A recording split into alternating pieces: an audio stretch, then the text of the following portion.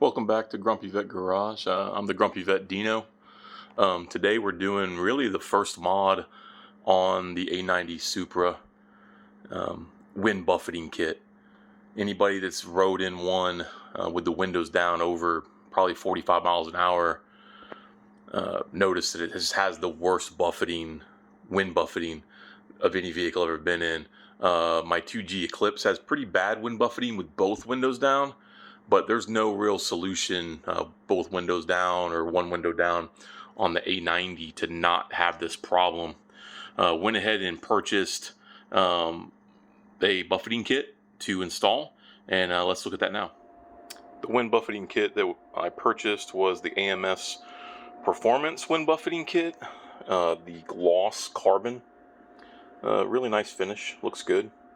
Thought about going with the dry carbon, but it really doesn't match anything on the car. The car has gloss carbon mirror caps already from the factory, so I figured I would try to match it.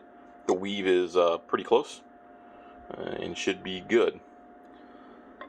So we're going to move on to prep and then install. To prep, you really just need a clean microfiber cloth and isopropyl alcohol. So that's what I used. Nothing too aggressive. You're just trying to clean that surface, make sure that there's no glues or dirt that's going to get in between the adhesion of the tape and the car. Here's the piece already installed.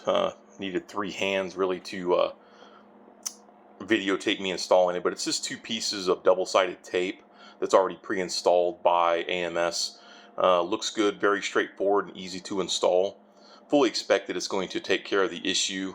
I've been in another car that had a similar solution, not quite as elegant as this one, that worked just fine. So I think anything that's disrupting this airflow right here is going to solve the problem. I just like how it looked. Didn't want to go too over the top with too much carbon fiber on the car, but I thought this was a good opportunity to add a little aesthetics to the outside. This is just one of many future upgrades for the Supra. I don't really have set what I'm going to do. I want it to be a nice, comfortable daily driver for sure. Would definitely my Eclipse is not. I love my Eclipse, but a comfortable daily driver it is not.